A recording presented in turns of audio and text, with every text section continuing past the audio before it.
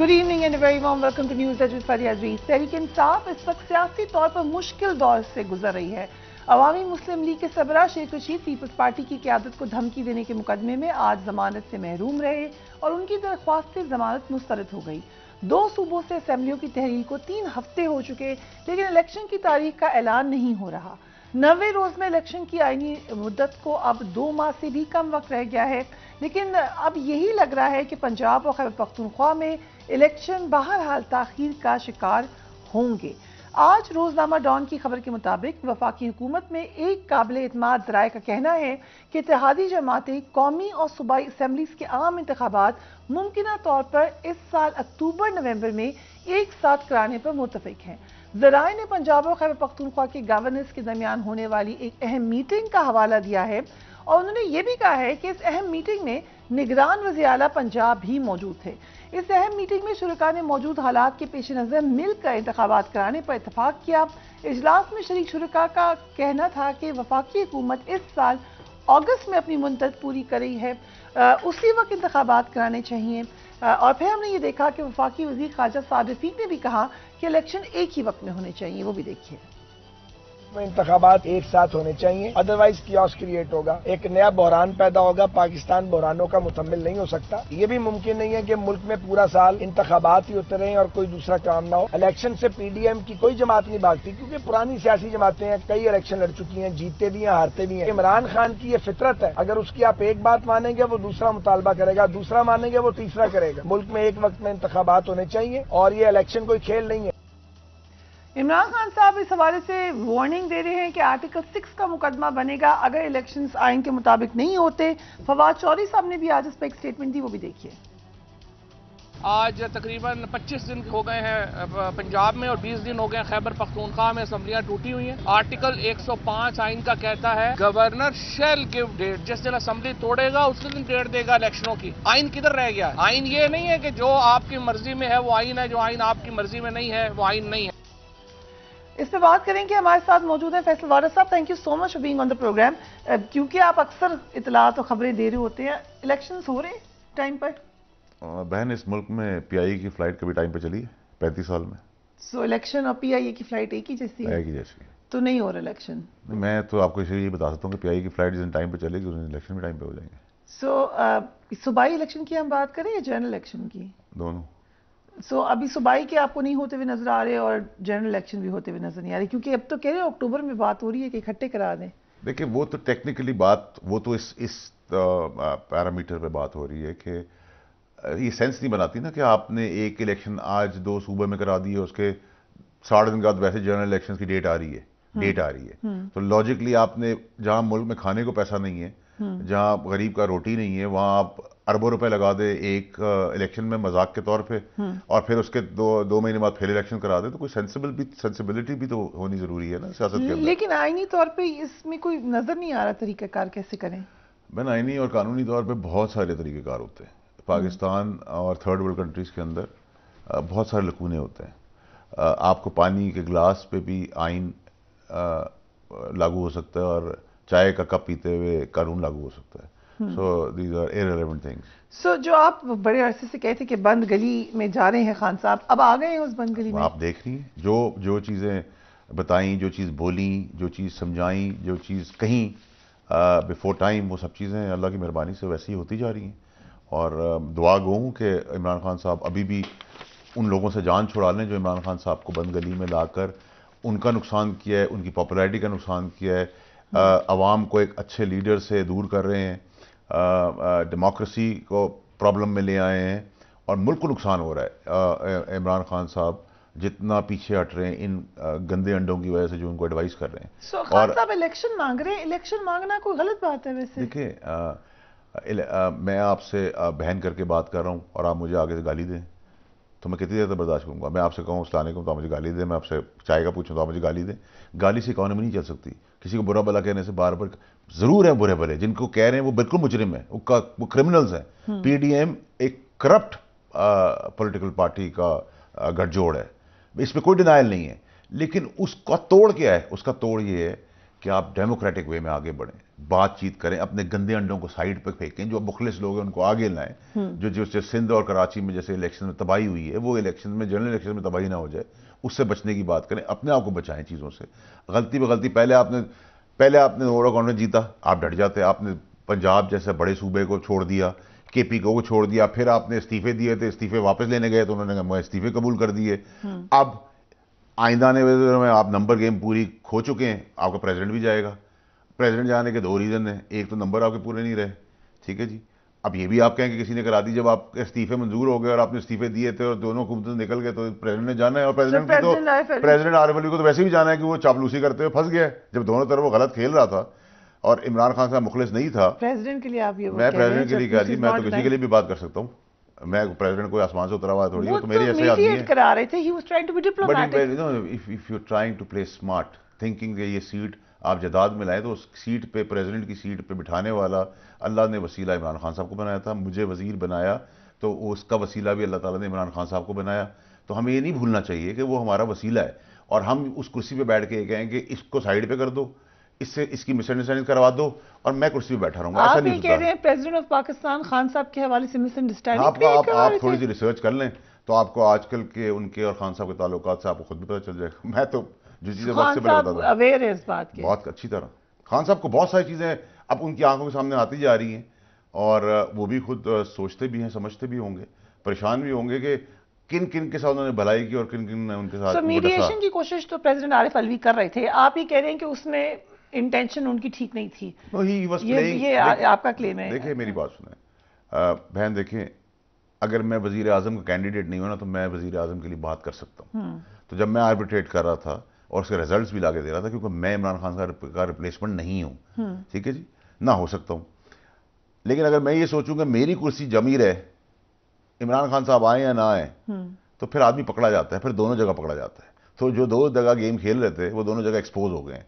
आज वो आईनी तौर पे तो प्रेसिडेंट हैं जितने दिन भी हैं अब, क्योंकि अब तो आपका नंबर ही नहीं पूरे, तो he should be thrown out any time soon. तो और आप एक्सपोज भी हो गए हैं। तो यहाँ मसला ही एक्सपोज, क्या ऐसी बात उन्होंने नहीं मानी? तो बहन अगर हर बात में तो अगर आप रिसर्च कर लें तो आपको इमरान खान साहब के ताल्लुकात आरिफ अलवी साहब के साथ पता चल जाएंगे। मुझे आपको ज़्यादा बताने की जरूरत नहीं है, मैं तो आपको कह रहा हूँ, मैं क्लेम कर रहा हूँ, आप चेक कर लें। राइट। सो जो आज भी बात की जर्नलिस्ट से खान साहब ने, कुछ उनकी मैंने स्टेटमेंट्स निकाली हैं, I would like to take your comments. उन्होंने कहा जनरल बाजवा की पहचान में बहुत बड़ी गलती हुई, एक्सटेंशन देना गलती नहीं बल्कि ब्लंडर था। You agree? 100%। और जो सबसे अच्छी चीज़ मुल्क के अंदर होने जा रही है आईनी और कानूनी तौर पर, जितना मैं जानता हूँ एज अ वजीर, कि इन चीफ की मौजूदगी में आईनी और कानूनी तौर पे अब कोई भी आने वाले दिनों में इंक्लूडिंग द न्यू चीफ कोई एक्सटेंशन ले ही नहीं सकेगा। आपने पहले भी मेरे प्रोग्राम में कहा, सो आप इस पे बड़ा वसूख से बात करें। सो ये इंटरनली बात हुई है या नए चीफ ने इस हवाले से अपनी इंटेंशन कहीं ना कहीं जाहिर की है? तो आप ये कह रहे हैं। देखिए एक मुखलिस और ईमानदार आदमी की इंटेंशंस, वो चाहे चीफ के ओहदे पे हो या दरमियान के ओहदे पे हो या जूनियर ओहदे पर हो, उसकी सोच चलती रहती है। तो ये सोच तो कंसिस्टेंट है। When he was brigadier, when he was a major general, when he was a lieutenant general, and when he was DGMI, DGISI, and now chief, he is consistent about his extension army chief की नहीं होनी चाहिए। Bye and large उनका हमेशा से सोच एक इंसान की ऐसी है, जैसे मैं हमेशा से खिलाफ हूँ कि कोई मरना नहीं चाहिए सियासत के अंदर, मरने की बात नहीं होनी चाहिए जी। तो that's how I believe in politics, that's how he believes in his institute. So पकड़ धकड़ होनी चाहिए। शेख रशीद साहब को पकड़ा हुआ है, फवाद चौधरी साहब को पकड़ा था, ये ठीक है? देखिए फरिया साहब, फवाद चौधरी के लिए मैं 2-3 दिन से सुन रहा हूँ टीवी शोज में कि PMLN के बड़े बड़े लोग आके कह रहे हैं कि वो 3 दिन बर्दाश्त नहीं कर सका जेल और वो रो पड़ा और ये हो गया और वो हो गया। मैं समझता हूँ बड़ी छोटी और घटिया बात है। और फवाद चौधरी कोई रवायती मुजरिम तो है नहीं, तो जो मुजरिम नहीं होता वो आपदीदा हो जाता है। बाकी जो वो बेटी का जिक्र करते हुए तो ये तो किसी भी अदरवाइज भी अदरवाइज भी वो आपदीदा हुआ है तो वो रिवायती मुजरिम नहीं है। ये जो इनको विक्ट्री का निशान बना के 1-1, 2-2 साल, 5-5 साल जेलों में जाते हैं, ये मुजरिम है, ये क्रिमिनल्स हैं, ये हार्डकोर क्रिमिनल्स हैं। तो इनको रोना नहीं आता, ये तो आदी हैं। एक आदी मुजरिम को और एक नॉर्मल आदमी को आप हमेशा डिफरेंट ही पाएंगे। अगर आप मुझे भी लेके जाएंगे तो मैं भी आप दीदा हो जाऊंगा, ठीक है जी। ले तो हमारे मुल्क का एक बदनसीबी है जिसमें हम ये कहते हैं कि जेल जाने में आप बहुत बड़े लीडर बनते हैं और लोग फूल की पत्तियां, लानत ऐसी शर्म से मर जाना चाहिए। So you also believe कि जो पीटीआई के वर्कर हैं या उनके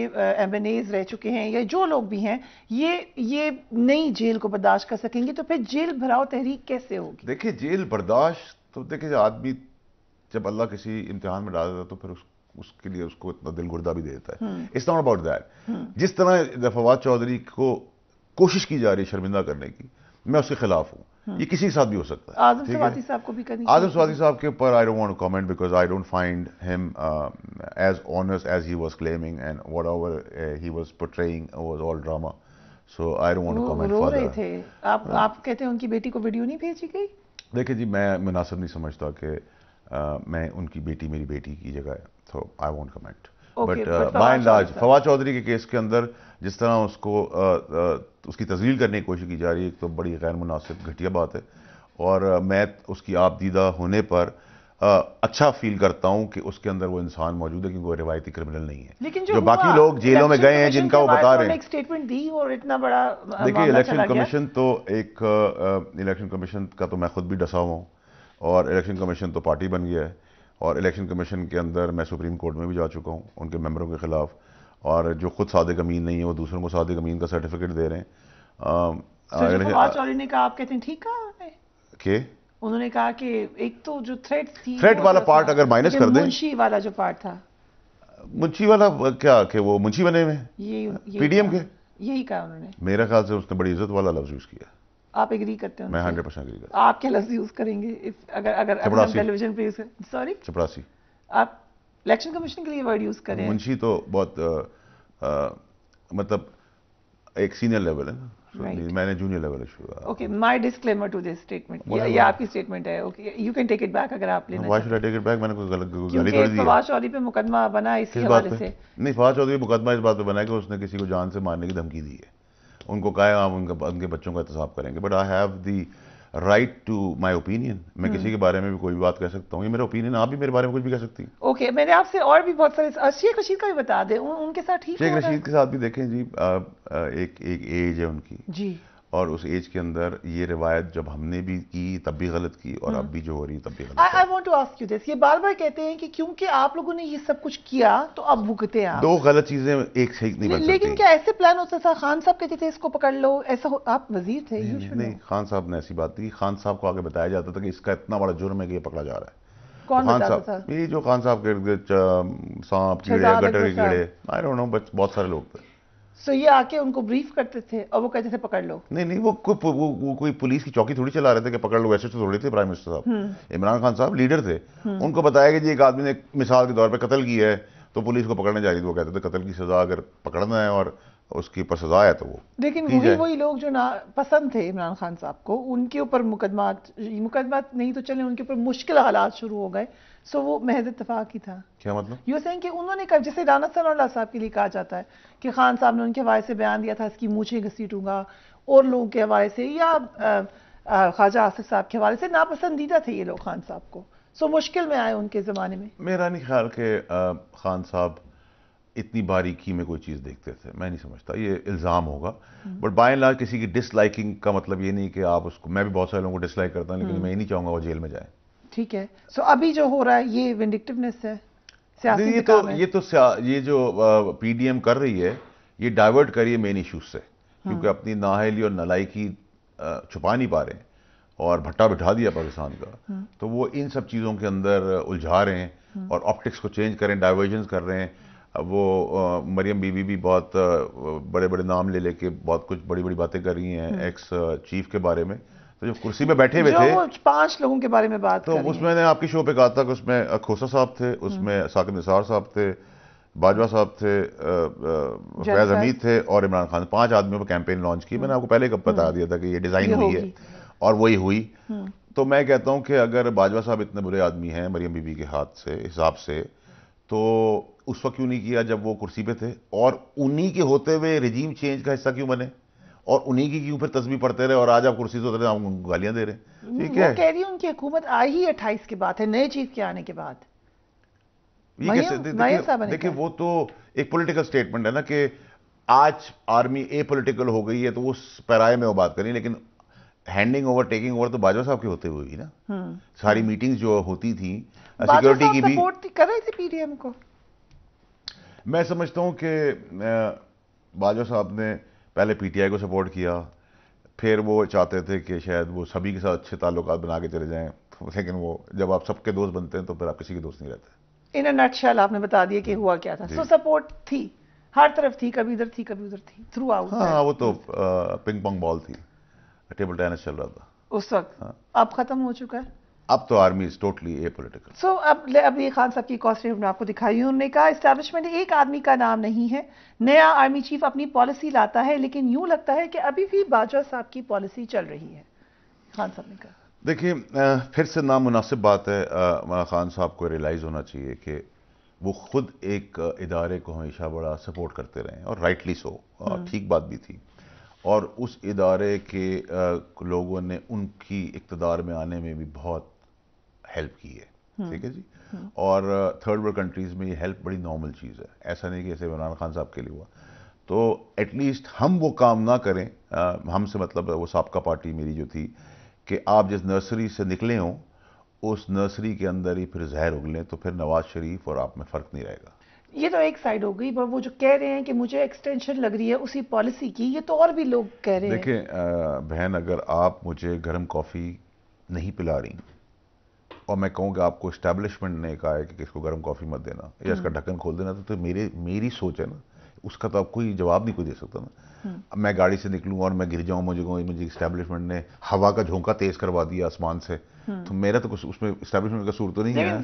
अगर मुर्गी 700 रुपए किलो हो गई और 1200 रुपए किलो हो जाती तो उसमें इस्टेब्लिशमेंट का रोल तो नहीं है। तो we should have a heart and understand that let's do politics only and not blame people for no reason. So इस वक्त के जो चीफ हैं, आपको क्या लगता है उनकी पॉलिसी क्या है? वो first and foremost is Pakistan and then his institute and no political interference, no political engineering, that's about it. और ये हो जाएगा क्योंकि मुश्किल है, एक हमने देखी है थ्रू, आपने कहा ये नॉर्मल सी बात है, interference third world country like Pakistan में एकदम से कैसे खत्म पाकिस्तान की मुफादात की कॉम्प्रोमाइज की पोजीशन किसी की तरफ से भी आएगी तो दे विल इंटरवीन, बट अभी तो एक नॉर्मल पॉलिटिक्स हो रही है, तो व्हाई वुड दे इंटरफेयर? अच्छा, आप कह रहे हैं कि दे क्या ना इंटरवीन अगर पाकिस्तान के ऊपर, पाकिस्तान पे बात आएगी तो बिल्कुल इंटरवीन करेंगे, उनका राइट है, उनका हक है, उनको करना चाहिए। Right. उनको कॉन्स्टिट्यूशन इसकी इजाजत देता है कि अगर मुल्क तोड़ने की या मुल्क के खिलाफ कोई चीज होगी तो उनको खड़ा होना है, इसीलिए वो फौज है। And that includes supreme court as well, कि उनका भी राइट है कि अगर मुल्क तोड़ने की बात आएगी तो वो भी आगे बढ़ेंगे। Economically they have no business to do with it because they are not ruling the country. Right, will take a break and we will be right back.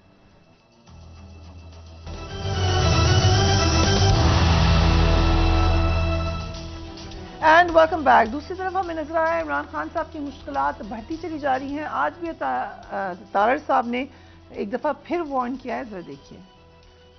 फंस गए हैं, ये बंद गली में आ गए हैं। अब कानूनी टीम क्या कर रही है? वो बैठ के कह रही है खान साहब डिले करें, आपकी हम टांग को साल खींच लेंगे, आप बाहर ना निकलें, क्योंकि अगर आप बाहर निकले तो आपको अदालतों में जाना पड़ेगा, आपको तोशा खाना की चोरी का जवाब देना होगा, आपको टिरियन जेड वाइट वाले केस में जवाब जमा कराना होगा। तखीरी हरबे आप 100 इस्तेमाल कर लें, आपको इस बेटी का और तोशा खाना के तहाइफ का जवाब देना होगा।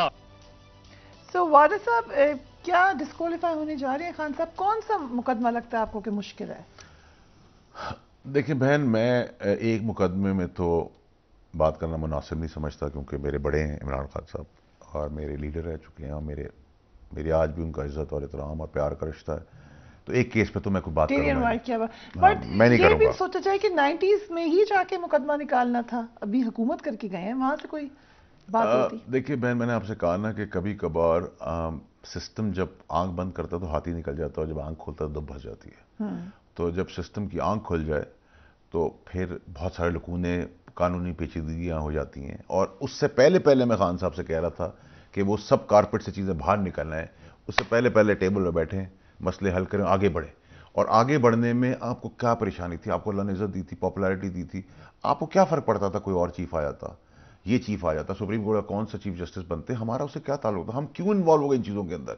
हम अपनी सियासत के अंदर वज़ीर आज़म कुर्सी बैठते, अपनी काबीना बनाते, इकॉनमी चलाते, मुल्क को आगे लेके चलते, इंसान की आम पाकिस्तानी की ज़िंदगी बेहतर कर देते। हम उस चक्कर में कहाँ पड़ गए कि हम मार्च करने निकल गए, हमने कहा कि इसको नहीं बनने देंगे, ये बनेगा और वो बनेगा और फलाना बनेगा, और बंदे भी मारे गए, खुद भी तकलीफ में आए, जमहूरियत भी तकलीफ में आ गई, सियासत भी खराब कर दी, बंद गली में लगे। कि अगर डिस्क्वालीफाई होते हैं तो वो इसलिए होते हैं कि कोई सिस्टम उनसे नाराज है, इसलिए नहीं होते कि केस मेरिट पर है। नहीं, मैं आपसे कह रहा हूं कि जब आंख बंद होती है सिस्टम की, कानून की, तो बहुत सारी चीजें कारपेट के नीचे चली जाती हैं। अभी तो नहीं जा रही, ठीक है, अब कारपेट के नीचे तो जो आपने गलती की होती है उसकी सजा तो आपको मिलनी होती है। अब वो कभी कभार 20 साल बाद मिलती है, कभी कभार 1 साल बाद मिलती है, कभी कभार 50 साल बाद मिलती है, मिलती जरूर है। कितना चांस है डिस्क्वालीफाई होने का खान साहब के? 99.9% डिस्क्वालिफिकेशन। और इस वक्त जो पॉपुलैरिटी है पीटीआई की, आपके ख्याल से लोग कैसे रिएक्ट करेंगे उस पर? देखिए, पीडीएम के मुकाबले में इमरान खान साहब, मैं हमेशा कहता हूँ पीडीएम यहाँ थी और इमरान खान साहब यहाँ थे, लेकिन आज अगर आप मुझसे पूछें तो आज इमरान खान साहब की पॉपुलैरिटी यहाँ से यहाँ आ गई है। इससे ऊपर है, पीडीएम से बहुत ऊपर है, लेकिन अपनी जगह से नीचे इसलिए आई है कि लोग अपने लिए भला देखना चाहते हैं। लोग इमरान खान को सियासतदान, लीडर, वजीर आजम, मुल्क को डायरेक्शन देने वाला देखना चाहते हैं। रोज पीपल आर फेड अप, लोग थक गए हैं, गालियां गालियां गालियां, हुकूमत छोड़ दी, हुकूमत के अंदर चले गए, हुकूमत से बाहर निकल गए, रेजिडेंस वापस ले लिया, रेजिडेंस अंदर ले लिया, वोट इलेक्शन खड़े हुए, इलेक्शन में सारी सीटों पे आप खड़े हो गए, सारी सीटों में आप जीत गए, इसमें कोई डाउट नहीं है। पॉपुलर नहीं है तो फिर इलेक्शन क्यों नहीं? मैं तो कह रहा हूं ना, आपको ये बताने की जरूरत नहीं, इमरान खान साहब बहुत पॉपुलर है, इसमें कोई शक नहीं होना चाहिए। आप बार बार इलेक्शन जीत के फिर उस इलेक्शन से रिवर्स हो जाते हैं तो मुल्क का नुकसान कर रहे हैं, टाइम का नुकसान कर रहे हैं, पैसे का नुकसान कर रहे हैं, एक आम आदमी का नुकसान कर रहे हैं। लिखा हुआ है कि वो इमरान खान साहब बड़े लीडर हैं, वो जीतेंगे, फिर आप ये काम एक्सरसाइज क्यों करें? क्यों नहीं आप वजीर आज़म कुर्सी बैठने से पहले इन लोगों के पैर गले में रख के पाकिस्तान के लोगों के लिए बेहतरी करवा दें? क्या जरूरी है आपको कुर्सी पे बैठ के करना? जब तक कुर्सी की बारी नहीं आती तब तक आप उनसे हर तरीके से हैंडल करके आऊंगा। क्या जरूरत थी पंजाब हुकूमत गिराने की? क्या जरूरत थी केपी के हटाने की? क्या जरूरत थी आपको रेजिग्नेशन देने की? क्या फायदा हुआ? सारे गलत फैसले सब बंद गली में ले गए। लेकिन एक हमला हुआ इमरान खान साहब पे, ये तो एक सीरियस मसला था, और वो फिर भी घर बैठने को भी तैयार नहीं है, तो कितना खतरा हो सकता है उनको? दूसरा, वो जो आसिफ जरदारी साहब पे, फॉर्मर प्रेसिडेंट पे इल्जाम लगा रहे हैं, व्हाट डू यू थिंक? देखिए, I think that Imran Khan साहब ने जरदारी साहब को भी कोई बहुत ही तीसमार खान बना दिया है कि वो इतनी बड़ी कोई हस्ती हैं जो किसी की जिंदगी और मौत की मनसूबाबंदी कर सकते हैं। सबूत है उनके पास। अगर इमरान खान साहब कह रहे हैं तो मैं उस बात को डिनाई नहीं कर सकता, इमरान खान साहब कह रहे हैं, लेकिन मैं समझता हूं कि इमरान खान साहब जरदारी साहब को बहुत ओवर रेलेवेंस दे रहे हैं कि वो एक मंसूबा करेंगे और उसको मंसूबा इंप्लीमेंट होगा। लेकिन कोई ना कोई तो कत्ल करना चाहता है खान साहब को। हर आदमी ने मरना है जिंदगी के अंदर। अब आप उस पे, मैं आपको भी लोग कत्ल करना चाहते हैं। Some people who hate me, they want to kill me. हमला हो चुका है ना, अल्लाह उनको जिंदगी दे, लेकिन ये इस हमले तक पहुंचाने वाले कौन लोग हैं? उनके इर्द गिर्द के लोग हैं। वो दो खास मिलाकर इमरान खान साहब उनसे जान क्यों नहीं छुड़ाते? जब मैंने प्रेस कॉन्फ्रेंस की, इमरान खान साहब को बंद कमरों में कहा, मीटिंगों में कहा, तो मैंने यही तो कहा, मैंने उनको ये भी कहा था कि एक सिचुएशन आएगी कि आपके ऊपर कोई मसला ना हो जाए। ये भी इमरान खान साहब का रिकॉर्ड का हिस्सा है। सो इस वक्त एस्टैब्लिशमेंट से ताल्लुकात कैसे हैं? खबर आई कि कोई पैगाम उनको पहुंचाया गया है कि आप कुछ मामला से पीछे हट जाएं तो फिर आपसे बात हो सकती है। कौन कह रहा है? ये खबर आई, एस्टैब्लिशमेंट कह रही है, करीब के लोगों ने कहा। एस्टैब्लिशमेंट कह रही है कि आप कुछ मामला से पीछे हट जाए तो बात कर सकते हैं। एस्टैब्लिशमेंट 3 बातें कल हारून रशीद साहब ने बताई भी हमारे शो पे। देखिए, हारून रशीद साहब तो सीनियर आदमी, मैं उनकी बात को डिनाई नहीं कर सकता, लेकिन ना तो कहीं से कोई मैसेज गया है कि आप ये चीज़ें ठीक करना है, उनको कह रहे हैं जो करना है आप अपनी पॉलिटिक्स करें। कोई आपस में राब्ता नहीं है? कोई राब्ता नहीं। राब्ता कौन करवाता था वैसे एस्टैब्लिशमेंट और खान साहब का? कोई आपके ख्याल से कोई ऐसा हो सकता है चैनल कि उनकी बातचीत शुरू हो? इमरान खान साहब आप आज चाहे तो हो सकते थे, लेकिन अब आप नहीं है साथ। नहीं, मैं तो इमरान खान साहब के लिए हमेशा हाजिर हूँ, लेकिन इमरान खान साहब खुद हमेशा आप कह रहे हैं कि अगर अभी आपको राब्ता करवाना हो एस्टैब्लिशमेंट का खान साहब, मेरा इमरान खान साहब के साथ तो कोई मेरी नाराजगी हो ही नहीं सकती ना। इमरान खान साहब को मिसगाइड किया मेरे लिए। इमरान खान साहब मेरे मोहसिन थे और हैं। इमरान खान रात को 3 बजे मुझे कोई चीज़ कहेंगे करने को, तो जो मेरी बस में होगा मैं सब कुछ करूँगा, चाहे वो मेरी जान से हो, चाहे मेरे माल से हो, चाहे वो मेरे ताल्लुकात से हो, चाहे वो किसी चीज़ से हो, चाहे उनके लिए मुझे किसी की घुटने पकड़ने पड़े। इमरान खान साहब के लिए हर चीज़ के लिए रेडी है। आपको लगता है खान साहब दोबारा प्राइम मिनिस्टर बन सकते हैं? आगे का तो मुझे नहीं पता, अभी तो मुझे नहीं लगता कि ये डिस्क्वालिफिकेशन की तलवार उतर जाएगी। एक और राय ये भी है पीटीआई के अंदर कि अगर और खान साहब खुद ये कहते हैं कि डिस्क्वालीफाई होने से कोई फर्क नहीं पड़ता, क्योंकि जमात तो उनकी पॉपुलर है, वो जीत जाएगी, 2/3 अक्सरियत ले लेगी, तो फिर वो अपनी डिस्क्वालिफिकेशन को रिवर्स भी कर सकते हैं। देखिए फिर तो आपको अगर ये बात अगर आप करें तो इट्स वेरी मुझे इसको एंटिसिपेट कर, it's a very lost logic for me because of the reason कि फिर तो आपको सुप्रीम कोर्ट और हाई कोर्ट बंद करने की जरूरत पड़ जाएगी इस मुल्क के अंदर कि अगर आप 2/3 मेजोरिटी से आए तो फिर आपको सुप्रीम कोर्ट की जजमेंट को आप रिवर्स कर देंगे और हाई कोर्ट की जजमेंट को रिवर्स कर देंगे, तो फिर तो मुल्क का निज़ाम ही नहीं चल सकता। So it is illogical to what I can understand. मुझे नहीं पता उन्होंने किस पैरामीटर में बात की, but as a layman what I can understand, जो मुझे एज अ आम आदमी समझ आ रही है वो ये तो नहीं हो सकता कि सुप्रीम कोर्ट के ऑर्डर में 2/3 मेजोरिटी लाने से रिवर्स कर दूं, ये कैसे हो सकता है? सर आप किस पार्टी को ज्वाइन करेंगे? मैं तो किसी पार्टी को भी ज्वाइन नहीं कर रहा। पीटीआई तो भी दोबारा नहीं जा सकते? देखिए मैं तो हमेशा इमरान खान साहब के साथ था, मैं पीटीआई के साथ तो कभी था भी नहीं।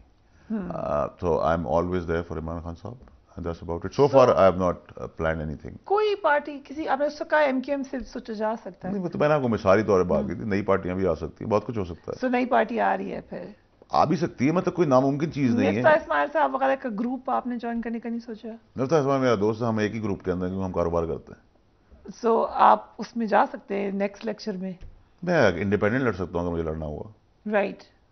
तो देखिए मैं तो लीडर नहीं था, ना मुझे किसी ने वोट दिया था, मुझे तो इमरान खान साहब के नाम पे वोट दिया था। जो लोग अपनी औकात भूल गए हैं, मैं तो उनमें से नहीं हूँ।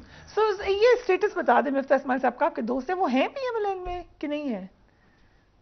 बहुत सारे कह रहे हैं हम हैं, लेकिन है नहीं। जब दिल ही ना हो ना आप किसी जगह से, तो फिर आप होते नहीं, आप फिजिकली वहां हो। जैसा आज मैं दिल से इमरान खान साहब के लिए मैंने आपसे कहा अगर मुझे 3 बजे कोई चीज़ बोलेंगे तो मैं करने को तैयार हूँ, और उसके लिए मुझे ज़रूरी नहीं कि मैं पार्टी के अंदर वापस आऊँ।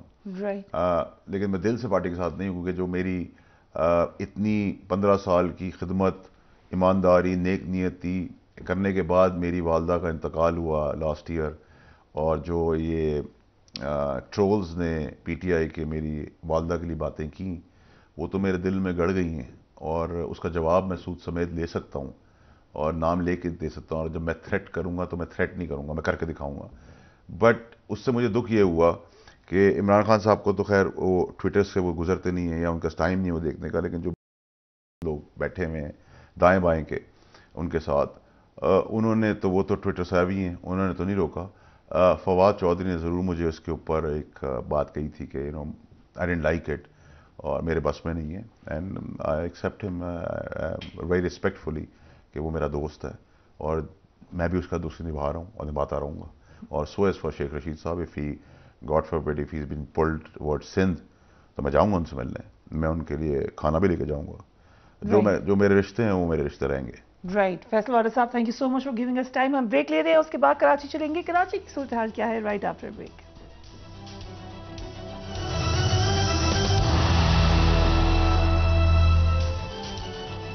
And welcome back. एमक्यूएम बदल चुकी, लेकिन वतीरा नहीं बदला। कई दहाइयों से एमक्यूएम का ये तर्ज सियासत रहा है कि हुकूमत में शामिल हो जाओ, वजारतों के मजे लो, हर छोटे छोटे इशू पर हुकूमत को ब्लैकमेल करो, इक़्तिदार से अलग होने की धमकियां दो और फिर मान जाओ। जब एमक्यूएम के सरबराह अल्ताफ हुसैन थे तो उस वक्त भी यही सिलसिला चलता रहता था, हमने उस पर बड़ा रिपोर्ट किया है। एमक्यूएम पाकिस्तान बनी तो भी हमें यही सिलसिला होता हुआ नजर आ रहा है। इमरान खान वज़ीर आज़म बने तो कई बार एमक्यूएम रूठी थी और फिर कई बार मनाई गई। तहरीक अज़्म-ए-इत्माद आई तो एमक्यूएम पीडीएम के साथ मिल गई और फिर पीडीएम इत्तेहाद के साथ भी रूठने और मानने का सिलसिला वैसे ही चलता रहा। एमक्यूएम कई बार रूठने के बावजूद पीडीएम इत्तेहाद से अलग नहीं हो रही और अब एक नई धमकी सामने आ गई है। कराची में बल्दियाती इलेक्शन के बॉयकॉट के बाद एमक्यूएम का मुतालबा यह है कि नताइज को मनसूख किया जाए, वरना कराची में गैर मुय्यना मुद्दत तक धरना दिया जाएगा। देखिए इस हवाले से एमक्यूएम पाकिस्तान के सरबराह खालिद मकबूल सिद्दीकी का कहना क्या था। कराची का हक कराची के बेटे वापस लेंगे, जिससे दस्तबरदार हुए थे अब उसके लिए 10 तो गिरेबान होना है। इलेक्शन को भी वापस हासिल करने के लिए पहले घर में बैठे थे, अब घर से निकलेंगे। एक हफ्ते के लिए पाकिस्तान पीपुल्स पार्टी की सूबाई हुकूमत को अल्टीमेटम दे रहे हैं। सारी सड़कें धरने के जानिब रवा दवा होंगी और धरना भी ऐसा होगा कि सब धरा का धरा रह जाए। हाल ही में एमक्यूएम के तमाम धड़े यकजा हो चुके हैं। गुज़िश्ता माह जब एमक्यूएम यकजा हुई तो सैयद मुस्तफा कमाल ने कहा कि हमने कराची को रॉ के तसल्लुत से इसलिए आजाद नहीं करवाया था कि आसिफ अली जरदारी इसको अपनी जागीर समझ लें। Let's watch him. हमने इस शहर को रॉ के तसल्लुत से इसलिए नहीं आजाद करवाया था कि आसिफ अली जरदारी साहब इसको अपनी जागीर समझ लें। ख्वाब देखने लगे कि इस शहर पे आइंदा नस्लों तक के लिए कब्जा करने का बल्कि मंसूबाबंदी हो गई। आसिफ अली जरदारी का इरादा है कि बिलावल भुट्टो जरदारी को वजीर आजम पाकिस्तान बनाएं, लेकिन वो अपने वजीरों को समझाएं कि वो अपनी चंद सीटों की खातिर पूरे कराची को उन्होंने पीपल्स पार्टी का मुखालिफ बना लिया, तो क्या बिलावल भुट्टो अफोर्ड कर सकेंगे कराची अपने खिलाफ खड़ा कर लें और वजीर आजम बन जाएं? हमारे साथ मौजूद है Syed Mustafa Kamal. Thank you so much for being on the programme.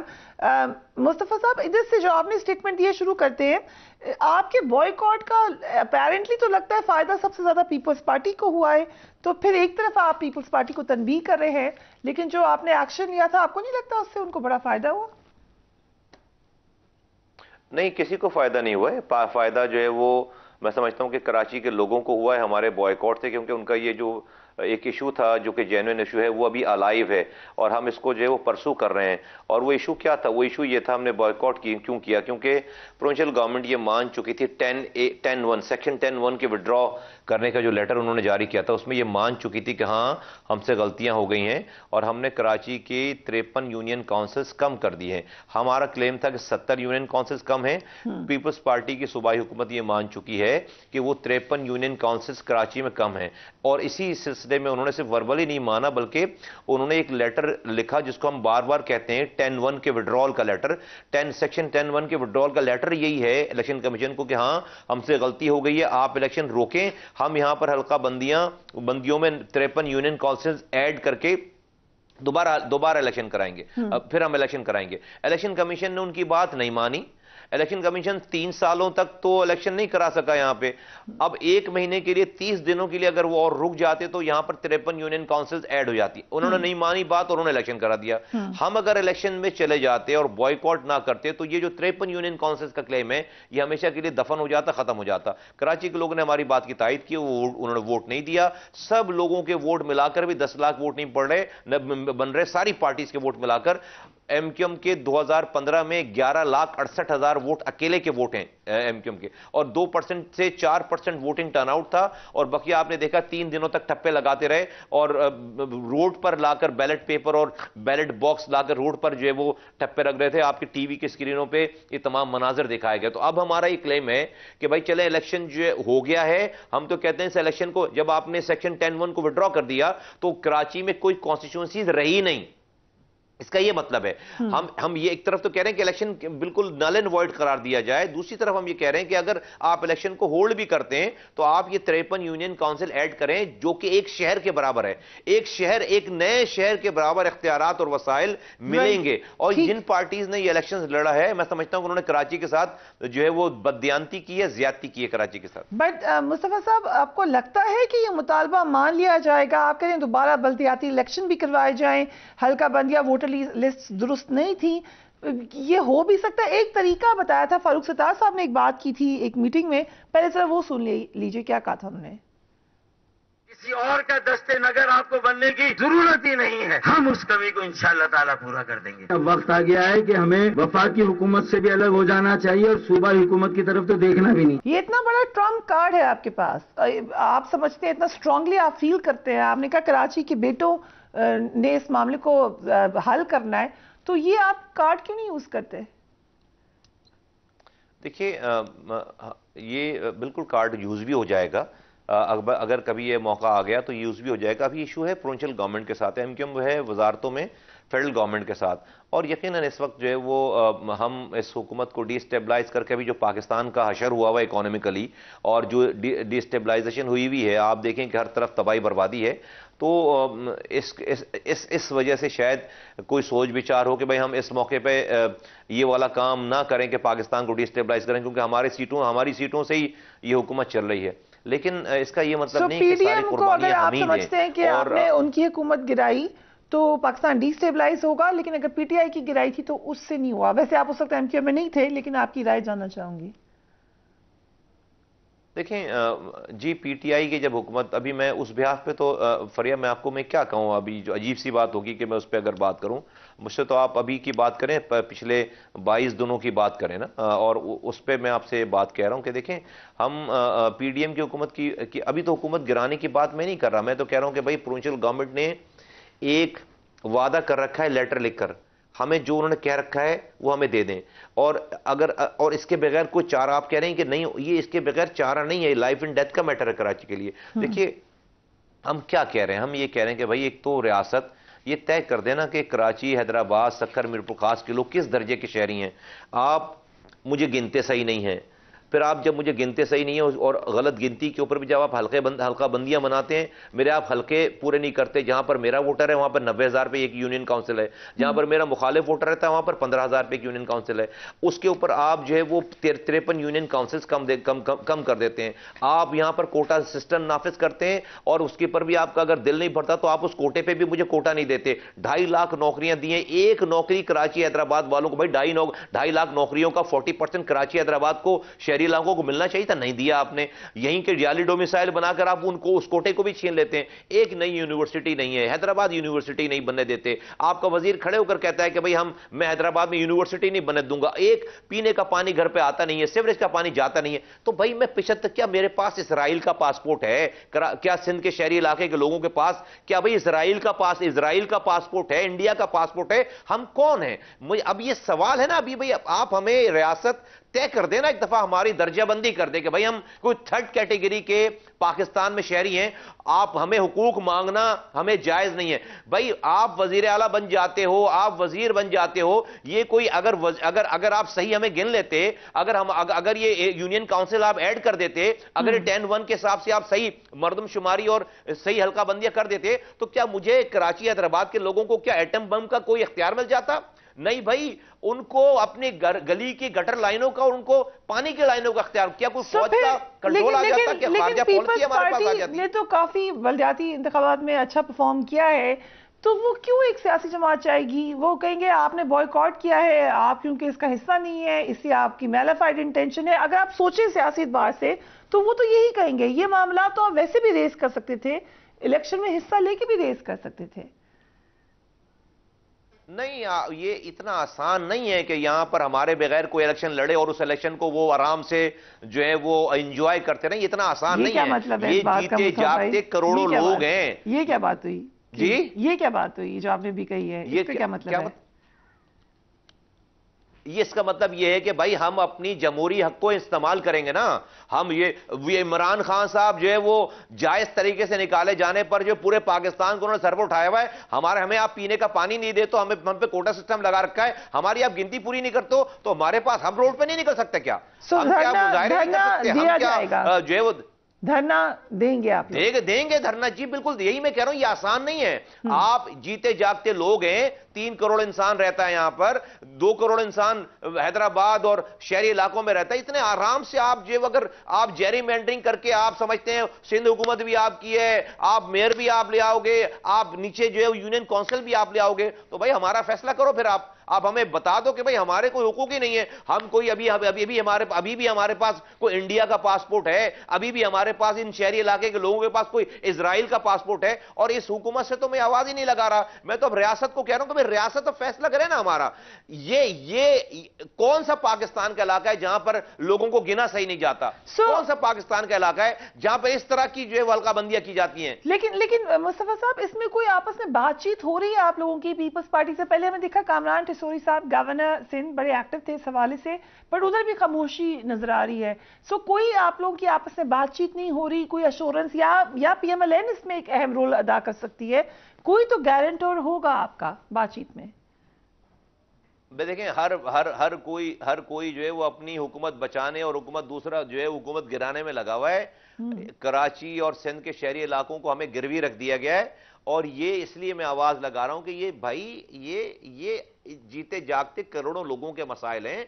रियासत के बड़ों को सर जोड़कर हमारा मसला हल कराना पड़ेगा, अदरवाइज ये चीज यहां पर नहीं रुकेगी। मैं बार बार कह रहा हूं, कोई इसका फायदा उठाएगा, कोई लोग हमारी भी कल को बात नहीं मानेंगे। आप ज्यादती कर रहे हैं हमारे साथ। आप 70 सालों के बाद आज हमें आप सही गिनने के लिए तैयार नहीं है। 70 सालों के बाद आज आप हमें सही आप हमें हल्का बंदियां करने के लिए तैयार नहीं है। अगर गिनने के बावजूद, कम गिनने के बावजूद भी अगर आप देख रहे हैं इसके बावजूद भी आप इलेक्शन में आप नहीं जीत सकते, आप हल्का बंदियां जो ऐसी कर देते हैं कि जहां पर मेरा वोटर है वहां पर 90,000 80,000 पर एक यूनियन काउंसिल है, जहां पर आपका वोटर है वहां पर 12,000 13,000 पे एक यूनियन काउंसिल है। कहां होता है दुनिया में? और आपको क्या इतनी तबाही मची हुई? हम कितने बड़े सिक्योरिटी रिस्क हैं ये शहर के लोग, सिंध के शहरी इलाकों के लोग, हम कितने बड़े सिक्योरिटी रिस्क हैं कि आप हमसे सारा ये अपनी गलियों का निजाम छीनने के लिए आप इतनी बड़ी जेरीमैंडरिंग कर रहे हैं और फिर हमें कोई हक नहीं है अपनी आवाज बुलंद करने का। लेकिन आप तो इस इलेक्शन के दोबारा होने की बात कर रहे हैं। 12 तारीख को हम आपने देखा होगा यहां तो मौकफ ये लिया जा रहा है कि सूबाई इलेक्शन भी नहीं हो सकते क्योंकि इकोनॉमिकली हमारे हालात ऐसे हैं, जब भी होंगे इलेक्शन इकट्ठे होंगे। आपके ख्याल से फाइनेंशियल कॉस्ट नहीं आएगी इस पे अगर दोबारा इलेक्शन कराए जाएं? देखिए, हम ये कहते हैं भाई इलेक्शन कराए क्यों गए इतनी जल्दी में? फिर क्या आफत आ गई थी? 3.5 साल अगर आपने इलेक्शन नहीं कराए 3 साल, तो अभी क्या आफत आ रही थी कि अभी बिल्कुल आपने सेक्शन 10(1) के विड्रॉल के लेटर के बाद भी इलेक्शन कमीशन ने इलेक्शन करा दिए। आप जब सेक्शन 10(1) के विड्रॉल का लेटर आ गया तो कोई हल्का बंदी लीगली मौजूद ही नहीं है। लीगल पॉइंट ऑफ व्यू से जब सेक्शन अच्छा सुन लें, अगर हम तो कह रहे हैं भाई सीधा एक नोटिफिकेशन निकाले प्रोविंशियल गवर्नमेंट जिसमें जो हम कह रहे हैं 70 यूनियन काउंसिल, वो कह रहे हैं 53, किसी बीच के फिगर पे एग्री करके कराची के यूनियन काउंसिल्स को जो उन्होंने माना हुआ है उसको ऐड करें। वो ऐड कर लेंगे, भले अगले इलेक्शन में उसको इंक्लूड करें, ऐड कर लेंगे, नोटिफिकेशन निकालें उसका। हम कहेंगे कराची जीत गया, बाकी हमें इसकी कोई फिक्र नहीं है कि जो लोग आए हैं वो कुछ भी नहीं कर सकते इसके अंदर। 53 यूनियन काउंसिल्स मिनिमम, ज्यादा से ज्यादा 70 यूनियन काउंसिल्स को और ऐड होना है। फरिया, मैं आपसे कह रहा हूं, अगर ना हो, अगर ये नहीं होता तो आपके पास ऑप्शन क्या है मुस्तफा भाई? आप धरना देंगे और क्या कर सकते हैं? हम सारे ऑप्शन लीगल जायज, हुकूमतों से निकलना, रोड पर आना, धरने का हमने ऐलान कर रखा है। हम सारे लीगल, जमहूरी, जायज अपने सारे ऑप्शन इस्तेमाल करेंगे। देखिए, जब 2015 में 90 लाख इसकी आबादी गिनी गई थी, कागजों पे थी, तो उस वक्त 209 यूनियन काउंसिल थी, 209। आज की आबादी कागजों पे लिखी हुई कराची की 1,60,00,000, यानी कि 70 लाख लोगों का इजाफा हुआ। तो 70 जब 90 लाख पर 209 यूनियन काउंसिल हैं, तो 70 लाख पे कम से कम 180 के करीब यूनियन काउंसिल बनती हैं। तो 180 नहीं करते, 150 कर देते। आपको पता है 70, सुन तो ले एक जुमला, सुन तो ले, 70 लाख की आबादी तो बड़ी है जिसको हम नहीं मानते। हम कहते हैं 3 करोड़ आबादी है, लेकिन उसके बावजूद आपको पता है कितनी यूसीज बढ़ाई है? सिर्फ 35 यूनियन काउंसिल, राइट, सिर्फ 35 यूनियन काउंसिल, यानी कि 90 लाख पर 209 यूनियन काउंसिल, 90 लाख की आबादी पे, और 70 लाख की आबादी पे 35 यूनियन काउंसिल। सीधा हिसाब है। अब आप बताएं कि इसमें कहां जो हमारा जो मुतालबा है वो नाजायज मुतालबा है। इलेक्शंस कब हो रहे लग रहे हैं आपको? यहां तो लग रहा है सूबाई इलेक्शन भी डिले हो जाएंगे, जनरल इलेक्शन कब होते लग रहे हैं आपको? लग रहा है हुकूमत मुद्दत पूरी करेगी? जी, हुकूमत को मुद्दत पूरी करनी चाहिए और मुझे लगता है बिल्कुल हुकूमत मुद्दत पूरी करेगी और इलेक्शंस टाइम पे होंगे। हम तो आज तो यही हमें दिखता है। डिले होने की जो बात है उस हवाले से आपकी क्या राय है कि सूबाई असेंबलीज के इलेक्शंस डिले हो जाते हैं?